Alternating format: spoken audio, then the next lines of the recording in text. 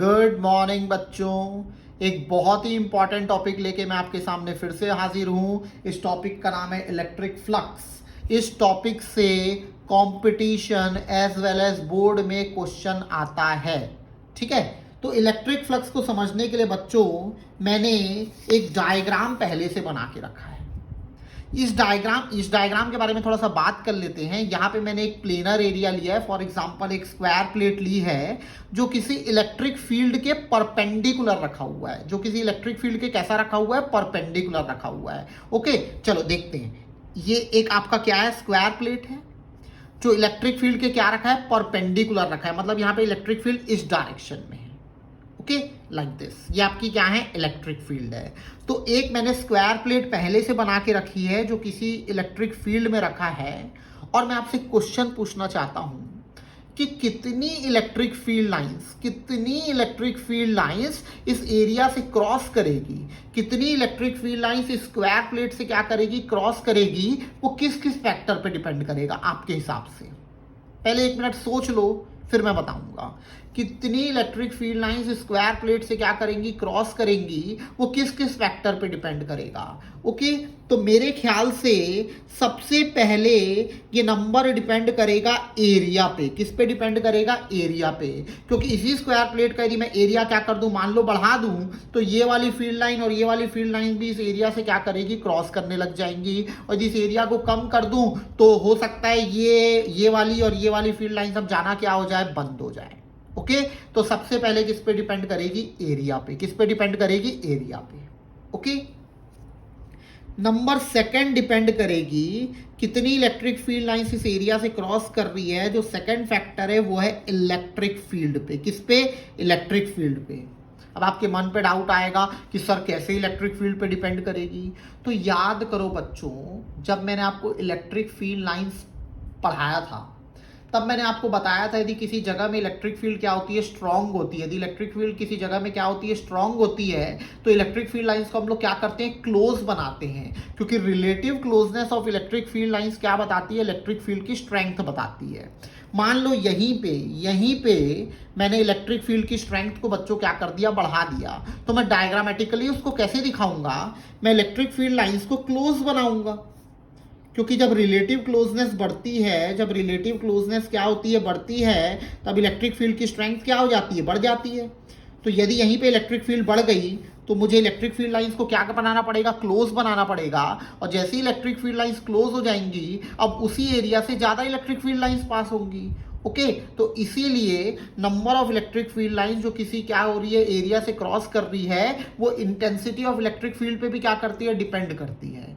Okay, अब तीसरा factor, this n will also be proportional to orientation of area with respect to electric field। ठीक है, electric field के respect में आपका एरिया कैसा रखा हुआ है, उस फैक्टर पे भी क्या करेगी? डिपेंड करेगी। ओके, इसको समझने का सबसे बेस्ट तरीका ये है बच्चों, ऐसा करना मत, मैं जस्ट एक एग्जांपल दे रहा हूं आपको। मान लो आप ट्रेन में जा रहे हो। ओके, आपने हल्का सा हाथ खिड़की से बाहर निकाला, हल्का सा। ओके, तो आपको हवा का सबसे ज्यादा क्या होगा? फोर्स फील होगा। ओके, क्योंकि ये एरिया भी डायरेक्ट हवा के किस में रखा है? कांटेक्ट में रखा है। ओके, तो आपको सबसे ज्यादा क्या फील होगा? फोर्स फील होगा। बट यहीं पे यदि मैं अपने हाथ को थोड़ा सा ऐसा कर दूं, ओके, एरिया वही है, हवा भी वैसी ही चल रही है, बट अब मेरे को हवा का दबाव क्या फील होगा? कम फील होगा। ठीक है, यदि मैं इसको ऐसा कर दूं और अपने हाथ की इस थिकनेस को क्या मानूं? 0 मानूं, तब मेरे को हवा का कोई दबाव क्या होगा? फील नहीं होगा।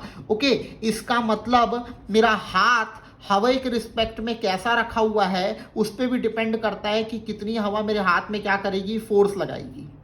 ठीक है, यही चीज यहां पे होती है। मैंने एक एग्जांपल दिया आपको समझाने के लिए। ठीक है, तो मैं क्या करता हूं बच्चों, एक डायग्राम और बनाता हूं, आपको शायद उससे और क्लियर होगा। देखो बच्चों, dot dot dot dot dot dot dot मतलब मेरा पहले जो प्लेट थी वो ऐसी रखी हुई थी, ऐसी रखी हुई थी, ऐसी रखी हुई थी। ठीक, कि सारी इलेक्ट्रिक फील्ड लाइंस इससे क्या हो रही थी बच्चों, पास हो रही थी, पास हो रही थी। ओके, अब मैं क्या कर रहा हूं, जैसे मैंने आपको बताया, मैंने अपने हाथ को जैसे जैसा टिल्ट किया, तो जैसे जैसे मैं टिल्ट करते जा रहा हूं, हवा का जो मेरे हाथ में इफेक्ट है वो क्या हो रहा है, चेंज हो रहा है।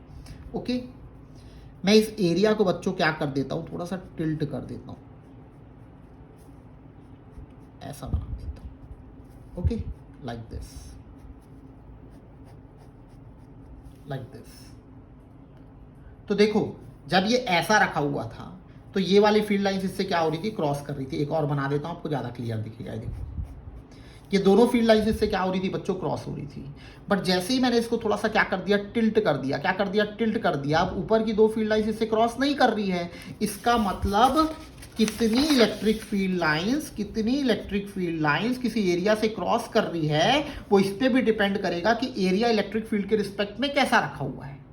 ओके, तो इस फैक्टर को समझने के लिए ओके, हमको कुछ चीजों को क्या करना पड़ेगा, समझना पड़ेगा। आज से हम बच्चों क्या करेंगे, मान लो ये मेरा कोई एरिया है, उस पे एक परपेंडिकुलर ड्रॉ करेंगे। क्या ड्रॉ करेंगे, परपेंडिकुलर। आप यहां भी कर सकते हो, यहां भी कर सकते हो, ठीक है। इस परपेंडिकुलर को मैं नाम दूंगा पॉजिटिव नॉर्मल। क्या नाम दूंगा, पॉजिटिव नॉर्मल। ओके, तो इस इलेक्ट्रिक फील्ड, ये सॉरी, इस प्लेट पे यदि मैं क्या बनाऊं, नॉर्मल बनाऊं, आई होप आपको दिख रहा है, थोड़ा डार्क कर देता हूं इसको, तो कुछ ऐसा जाएगा, ऐसा जाएगा। ओके, एन कैप से डिनोट कर रहा हूं पॉजिटिव नॉर्मल को। तो यहां पे देखो, इलेक्ट्रिक फील्ड और पॉजिटिव नॉर्मल, इलेक्ट्रिक फील्ड और पॉजिटिव नॉर्मल दोनों के बीच में भी एंगल कितना है, 0 है। दोनों के बीच में एंगल कितना है, 0 है, क्योंकि दोनों अभी क्या है, पैरेलल है। दोनों क्या है, पैरेलल है। ओके, तो जब दोनों एक दूसरे से बच्चों क्या है, पैरेलल है, तब मैं देख रहा हूं मैक्सिमम फील्ड लाइंस मेरे एरिया से क्या हो रही है, क्रॉस हो रही है। ठीक, अब इस एरिया पे यदि मैं नॉर्मल बनाऊं तो आई होप ये कुछ ऐसा जाएगा। इस पर ही मैं परपेंडिकुलर ड्रॉ करूं तो ये एन कैप, पॉजिटिव नॉर्मल, ये क्या होगा, इलेक्ट्रिक फील्ड। अब दोनों के बीच में एंगल क्या बन रहा है, तो लेट अस से एंगल कितना बन रहा है बच्चों, थीटा बन रहा है। एंगल कितना बन रहा है, थीटा बन रहा है। ओके, तो इस थीटा पे भी क्या करेगा, डिपेंड करेगा कितनी इलेक्ट्रिक फील्ड लाइंस इस एरिया से क्या कर रही है, क्रॉस कर रही है। ओके, तो orientation of area with respect to electric field को अच्छे से एक्सप्लेन करने के लिए हम यहां बोलेंगे n will be proportional to cos theta. n will be proportional to cos theta. n will be proportional to what, cos theta, where theta is angle between positive normal and electric field. Theta is the angle between positive normal and electric field. फिर अपन बचपन में क्या करते थे बच्चों, सबको एक साथ लिख देते थे। तो n will be proportional to what, EA cos थीटा। ओके, ये टर्म, इसकी वैल्यू जितनी ज्यादा आएगी, इसकी वैल्यू जितनी ज्यादा आएगी, उतनी ज्यादा फील्ड लाइन से एरिया से क्या कर रही होगी, क्रॉस कर रही होगी। ओके, तो ये जो टर्म आया है EA cos थीटा, ये जो टर्म आया है EA cos थीटा, इसी को हम बोलते हैं इलेक्ट्रिक फ्लक्स। क्या बोलते हैं बच्चों, इलेक्ट्रिक फ्लक्स। क्या बोलते हैं, इलेक्ट्रिक फ्लक्स। इसको एक लेटर फाई ई से डिनोट करते हैं, क्योंकि आगे जाके मैं आपको पढ़ाऊंगा मैग्नेटिक फ्लक्स भी होता है, तो इलेक्ट्रिक के लिए यहाँ पे क्या लिख दिया है, ई लिख दिया है। ओके, तो ये जो टर्म आया है बच्चों, इसको हम लोग क्या बोलते हैं, इलेक्ट्रिक फ्लक्स बोलते हैं। इलेक्ट्रिक फ्लक्स ये बताता है कि कितनी इलेक्ट्रिक फील्ड लाइंस एक एरिया से क्या हो रही है, क्रॉस हो रही है। ठीक, अब मैंने जो जो बोला उसको अपन अलग से क्या करेंगे, नोट करेंगे। नंबर 1, अच्छा, ये जो बच्चों मैंने एग्जाम्पल लिया था, ये जो मैंने क्या लिया था, एग्जाम्पल लिया था, इसमें जो मेरा एरिया था वो प्लेनर एरिया था। ठीक है, तो पहले इसी के लिए लिख देते हैं, electric flux for a planar body placed in uniform electric field. इसका फॉर्मूला भी हमने डिस्कस किया। इसका फॉर्मूला क्या होता है बच्चों, तो EA cos थीटा, या इसी को आप लिख सकते हो E.S। ओके, तो ये प्लेनर एरिया जब यूनिफॉर्म इलेक्ट्रिक फील्ड में रखा रहता है तब के लिए फॉर्मूला है।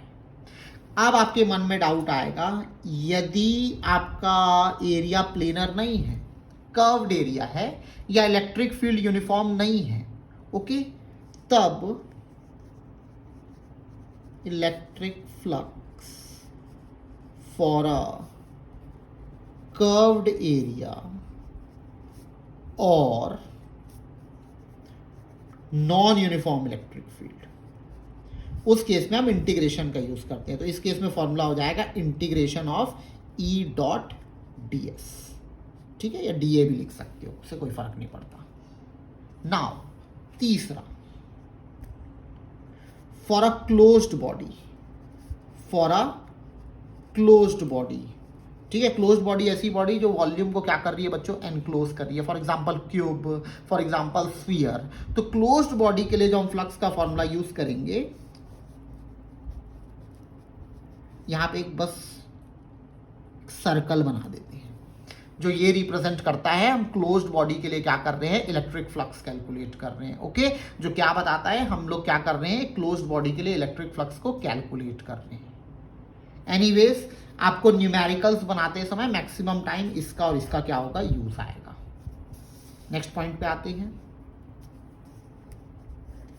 Electric flux is a scalar quantity. Electric flux कौन सी क्वांटिटी है बच्चों, स्केलर क्वांटिटी है। क्योंकि स्केलर क्वांटिटी है तो इससे आपकी चीजें क्या हो जाएंगी, बहुत आसान हो जाएंगी। ओके, वेक्टर क्वांटिटी होती है तो बहुत दिक्कत होता है, स्केलर क्वांटिटी से चीजें क्या हो जाती है, आसान हो जाती है। विद यूनिट, तो इलेक्ट्रिक फील्ड की यूनिट तो सबको पता है क्या है, न्यूटन पर कूलम, एरिया की क्या है, मीटर स्क्वायर। ओके, तो न्यूटन पर कूलम मीटर स्क्वायर, और आगे जाके आपको इसकी एक नई यूनिट पता लगेगी, वोल्ट मीटर, क्योंकि मैं आगे आपको पढ़ाऊंगा इलेक्ट्रिक फील्ड की एक और यूनिट होती है जो होती है वोल्ट पर मीटर। तो वोल्ट पर मीटर इंटू मीटर स्क्वायर करोगे तो क्या आएगा, वोल्ट मीटर आएगा। ठीक है, अब बहुत बहुत बहुत important point, fifth, it is very important. For a closed body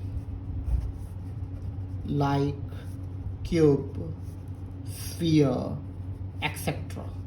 ठीक है, किसी भी क्लोज्ड बॉडी के लिए, for a closed body, positive normal is always drawn outward. हमेशा जो पॉजिटिव नॉर्मल होता है वो बाहर की तरफ डायरेक्टेड होता है। ठीक है, अभी मैं इसको एग्जांपल से भी समझाऊंगा, अभी आप पहले इसको देखो। For a closed body like cube, sphere, positive normal is always drawn outward. हमेशा किसकी तरफ जाएगा बच्चों, बाहर की तरफ जाएगा। किसकी तरफ जाएगा, बाहर की तरफ। चलो इसको समझते हैं। मान लो क्यूब आ गया, क्यूब तो इतना आएगा इलेक्ट्रिक फ्लक्स में, मैं आपको क्या बताऊं, ये बहुत मतलब ना कॉमन है। इलेक्ट्रिक फ्लक्स और क्यूब में क्या बोलते हैं, रोमियो जूलियट का रिलेशन है।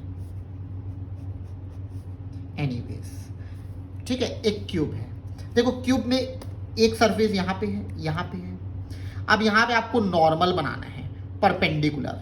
ओके, तो यहाँ पे परपेंडिकुलर देखो ऐसे दो हो सकते हैं, या तो एक इधर जाएगा या तो एक इधर जाएगा। लेकिन क्लोज्ड बॉडी के लिए आपको नॉर्मल हमेशा बाहर की तरफ बनाना है। किसकी तरफ बनाना है, बाहर की तरफ। मतलब यहां पे यदि आप बाहर की तरफ जाओगे तो किधर जाओगे, इधर जाओगे। तो ये आपका किसका डायरेक्शन होगा, एन कैप का। ये फिक्स है, आप इसको चेंज नहीं करना।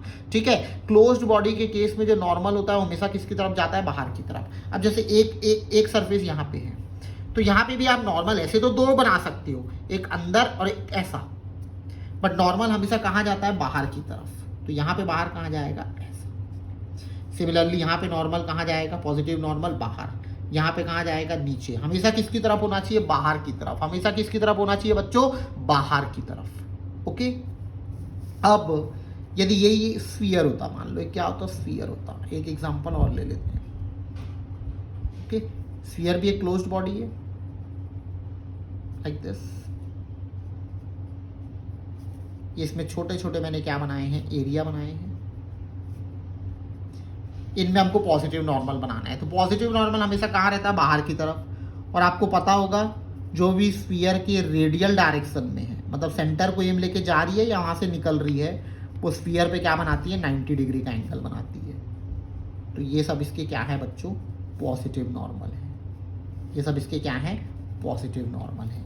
इस चीज़ को बहुत अच्छे से ध्यान रखना कि क्लोज्ड बॉडी के लिए जो हम पॉजिटिव नॉर्मल बनाएंगे वो हमेशा किसकी तरफ रहेगा, बाहर की तरफ रहेगा। ओके, तो मिलते हैं बच्चों नेक्स्ट वीडियो।